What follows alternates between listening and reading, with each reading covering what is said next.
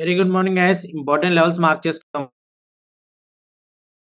Market ఈ రోజు gap up open అవుతుంది కదా. సో గ్యాప్ అప్ ఓపెన్ అయినప్పుడు జనరల్ గా ఇది రెసిస్టెన్స్. ఇన్ కేస్ మార్కెట్ కింద ఓపెన్ అయితే ఈ లెవెల్ అనేది రెసిస్టెన్స్ నిన్నటి హై. బట్ ఈ రోజు పైన ఓపెన్ అవుతుంది కాబట్టి that will be the important support level. So I'm giving the black horizontal line. Yesterday high it is just not the high but also the support level. గుర్తుపెట్టుకోవాల్సిన విషయం అయితే అది.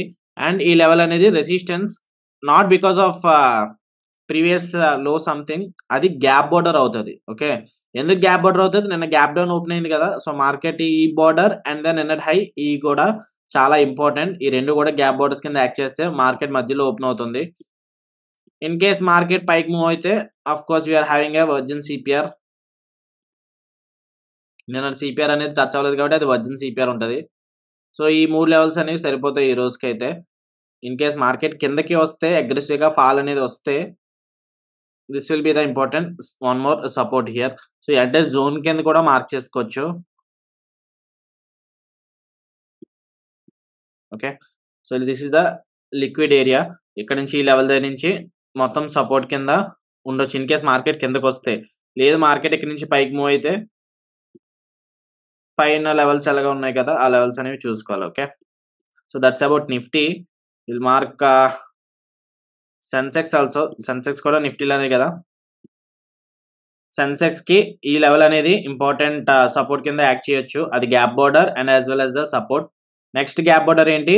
మొన్నటి లో అనేది గ్యాప్ బోర్డర్. సేమ్ నిఫ్టీ లాగే ఈ రెండు లెవెల్స్ అనేవి కూడా గ్యాప్ బోర్డర్సే. ఇన్ కేస్ ఈ లెవెల్ పైన క్రాస్ అయితే అప్పుడు వర్జిన్ సిపిఆర్ ఉంది, తర్వాత మార్క్ చేసుకుందాం. ఇప్పుడు ఏం అవసరం లేదు.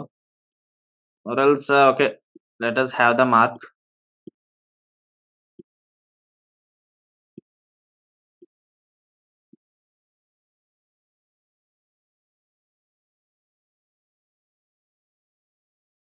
అండ్ దెన్ ప్రీవియస్ సెషన్ లో హియర్. S1 కూడా ఈక్వల్ గా ఇంపార్టెంటే. ఎందుకంటే అది S1 పివట్ అని కాదు కానీ ఇక్కడ చూడండి బౌన్స్ తీసుకుంది కదా. ఆల్మోస్ట్ ఎన్నిసార్లు తీసుకుంది చూడండి. ఇక్కడ నుంచి మార్కెట్ ఈ లెవెల్ దగ్గర బాడీ లో ఉంది కదా, పైకి వెళ్ళింది, ఇక్కడికి వచ్చింది, సపోర్ట్ తీసుకుంది అండ్ ఎగ్జాక్ట్ గా ఆ జోన్ దగ్గరే సపోర్ట్ తీసుకుంది. సో ఇక్కడ బయర్స్ అనే వాళ్ళు పుష్ చేస్తున్నారు.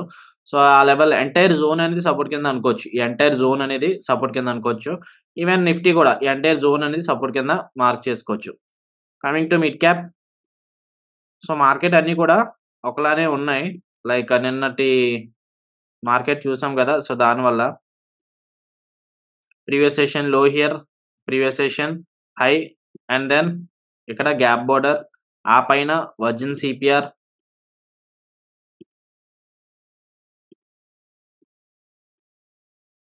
ఇది mid cap Nifty. So will see how market react today. So market ఈ రోజు గ్యాప్ అప్ ఓపెన్ అవుతుంది. ఈ లెవెల్లో ఎక్కువ కాన్సన్ట్రేట్ చేస్తాను. Will see camarillas also. Okay, camarillas కింద ఉన్నది. R3 క్యామరిల్ ఎక్కడ ఉంది? ఇక్కడ మళ్ళీ ఇక్కడ సపోర్ట్ తీసుకుంటుందా? ప్రీవియస్ సెషన్ లో దగ్గర సపోర్ట్ తీసుకుంటుందా? Somewhat interesting price action. లేదు ఈ రెండు బ్రేక్ చేసుకొని మార్కెట్ కిందకు వస్తుందా? అది మనం చూడాల్సిన విషయం. Anyhow it is too early to watch. So once market first can open అయిన తర్వాత ప్రైస్ యాక్షన్ చూద్దాము.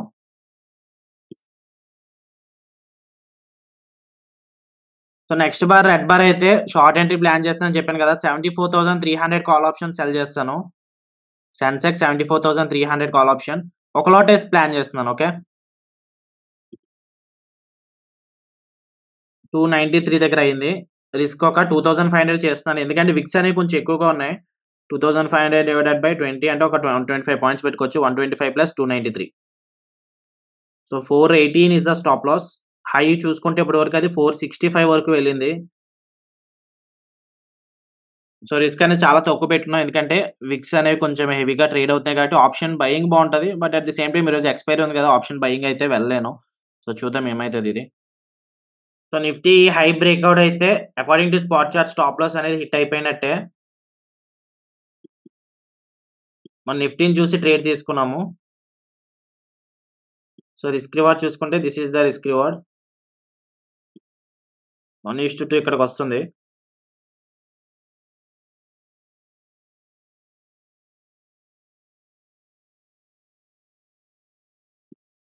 So, in case discount price వచ్చింది కదా! పొజిషన్ ఏమైనా యాడ్ చేసుకుంటే యాడ్ చేసుకుంటాను నేను.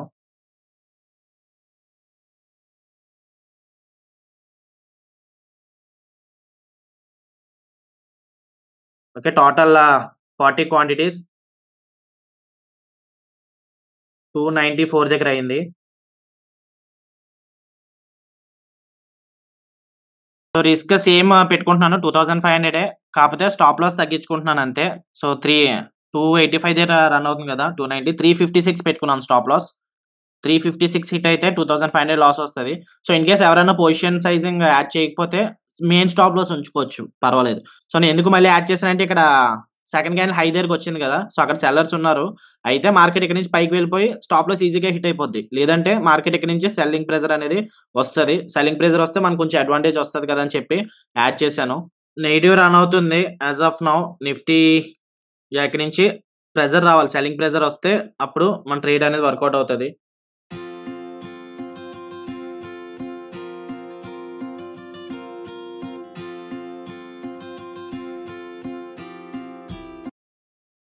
ఓకే. 260కొచ్చింది. 250 వస్తే ఫస్ట్ టార్గెట్ అయిపోద్ది. 253 వరకు వచ్చింది. 255 సో, స్కాల్పర్స్ తీసుకోవచ్చు 250 హిట్ అయితే. 250 హిట్ అయిపోయింది. 240కొచ్చింది. సో, 1:1 రిస్క్ రివార్డ్ కూడా వచ్చింది మనకి. 230 వరకు వచ్చింది.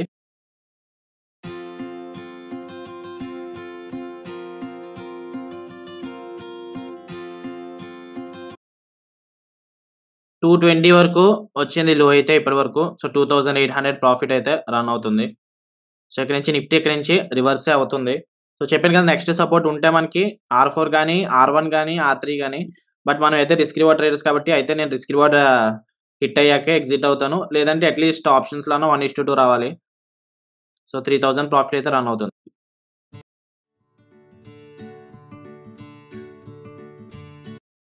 నెక్స్ట్ అప్‌డేట్ ప్రాఫిట్ అయితే 4000 వరకు వచ్చింది. ఇక్కడి నుంచి నిఫ్టీ రివర్స్ అవుతుంది. అండ్ ఈ లో బ్రేక్‌ఔట్ అయితే ఫర్దర్‌గా ట్రాప్ కూడా అవ్వచ్చు. ఇక్కడ ఎవరైతే లాంగ్ వెళ్లారో వాళ్ళందరూ స్టాప్ లాసెస్ ట్రిగ్గర్ అయ్యి మార్కెట్ ఇంకా కిందకి రావచ్చు. So, buyers రాకూడదిప్పుడు. సెల్లర్స్ వస్తే కొంచెం స్ట్రెంత్ అనేది బావుంటది. 4000 ప్రాఫిట్ రన్ అవుతుంది.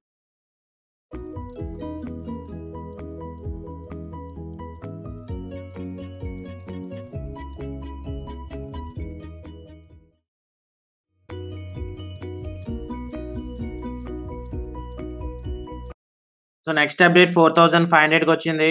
నిఫ్టీ లెవెల్ దగ్గర నుంచి రిజెక్షన్ జరుగుతుంది. సో, ఇక్కడ సపోర్ట్ చెప్పాను కదా! R4 క్యాండిల్ అనేది సపోర్ట్ ఇస్తే ఇక్కడి నుంచి బౌన్స్ అవ్వచ్చు. లేదంటే రివర్సల్ కూడా అవ్వచ్చు. కానీ మోస్ట్ ప్రాబబ్లీ ట్రెండ్ అనేది బుల్లిష్‌గా ఉంది కాబట్టి అంటే నిన్నటి పైన ఓపెన్ అయింది కాబట్టి సపోర్ట్ ఇస్తే ఇవ్వచ్చు. డేలో support and R4 but you can't do anything ఎందుకంటే మనకి రిస్క్ రివార్డ్ అనేది ఇంకా హిట్ అవ్వలేదు కాబట్టి ఎగ్జిట్ అవ్వడానికి కూడా లేదు. సో, వెయిట్ చేస్తాను. మాక్సిమం లాస్ 2500 కాబట్టి not an issue. Rest of the people మీకు గ్రూప్‌లో సెకండ్ టార్గెట్ కూడా అయిపోయింది. 210 ఇచ్చాము. సో, సెకండ్ టార్గెట్ బుక్ చేసుకోవాలనుకుంటే అక్కడ క్లోజ్ చేసుకోవచ్చు. ఆల్‌మోస్ట్ 4700 వరకు వెళ్ళింది ప్రాఫిట్. 5000 కూడా టచ్ అయిందనుకుంటా. 356 ఇంకొక 100 పాయింట్స్ ఉన్నాయి. 356 హిట్ అయితే క్లోజ్ చేస్తాను. 340 దగ్గర రన్ అవుతుంది.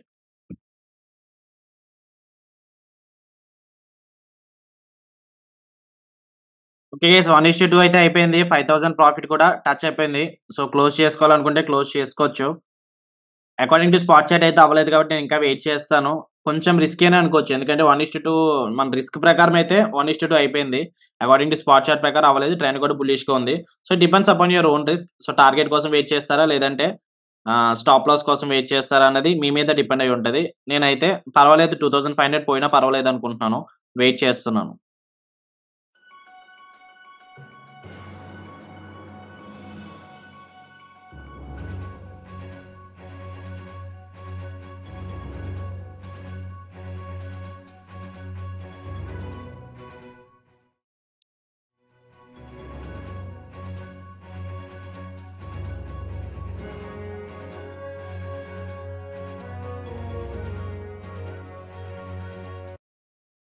నిఫ్టీ ఇక్కడి నుంచి R4 నుంచి మళ్ళీ రిజెక్షన్ జరుగుతుంది. R1 అయితే ఇంకా బ్రేక్‌ఔట్ అవ్వలేదు.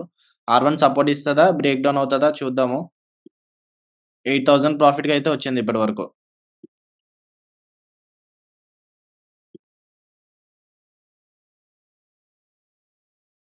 ఓకే గైస్ 1:2 అయితే ఆల్మోస్ట్ వచ్చింది లెవెల్ అండ్ 20 ఎంఏ కూడా స్లో అవుతుంది చూసారా మార్కెట్ అప్ ట్రెండ్ లో ఉన్నప్పుడు 20 ఎంఏ అనేది సపోర్ట్ కూడా ఇవ్వచ్చు.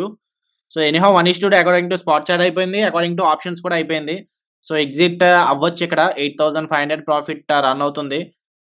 Or else will do one thing, 7,500 దగ్గర వచ్చినప్పుడు క్లోజ్ చేస్తాను. ట్రైలింగ్ స్టాప్ లాస్ ఇప్పుడు 105 పెట్టుకున్నాను. ఓకే, సో దట్ 25 పాయింట్స్ ఉన్నాయి. 7,500 వస్తే క్లోజ్ చేస్తాను. ఇంకా హోల్డ్ చేసుకోవచ్చు, బట్ చెప్తున్నాను కదా సెన్సెక్స్ కొంచెం అగ్రెసివ్గా ఉంటుంది. ఇక్కడ ఎంత ఆప్షన్ సెల్లింగ్ అయితే చాలా తక్కువ అంచనా వేయకూడదు సెన్సెక్స్ లో. ఇక్కడ మార్కెట్ అగ్రెసివ్గా పెద్ద పెద్ద బులిష్ బార్స్ వచ్చేస్తాయి ఈజీగా. ఇక్కడ 20 రూపీస్లో ఉన్న కాల్ కూడా 200కి 300కి 1000 కూడా వెళ్ళిపోయిన రోజులు ఉంటాయి. సో సెన్సెక్స్ లో అయితే బిగినర్స్ అయితే చాలా జాగ్రత్తగా ఉన్నాను సెన్సెక్స్ లో. ఈవెన్ నేనైతే ఇంకా రిస్క్ రివార్డే ఫాలో అవుతాను. రిస్క్ రివార్డ్ ఇక్కడ అయింది. సో జనరల్గా ఇంకొకటి చెప్తున్నాను మళ్ళీ, ఈ లెవెల్ అనేది ఇక్కడే తీసుకోవాలి.